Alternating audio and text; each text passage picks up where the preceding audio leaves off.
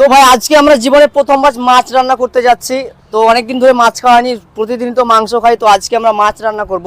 প্রতিদিন হয়তো আমাদের আসাদুল ভাই রান্না করে, তো আজকে রান্না করবে নবীর দা। তো এই দেখো ভাই, আমাদের রুই মাছ নিয়ে এসেছি, দেশি মাছ। মাছটা রাখা আছে, ধুয়ে রেডি করে রেখেছি। আজ দেশি রুই মাছ হবে, এটাই রান্না হবে আজকে। আর এখন আমাদের এখানে মশলাপাতি সব কাটাকুটি চলছে। এখানে আলু কাটছে নবীর দা, আসাদুল আদা রসুন রেডি করছে, এখানে পেঁয়াজ আর কাঁচা লঙ্কা কাটা রয়েছে। আর এখানে আমাদের রনি কাকু চালটা ধুয়ে চালের মধ্যে জল দিয়ে দিচ্ছে।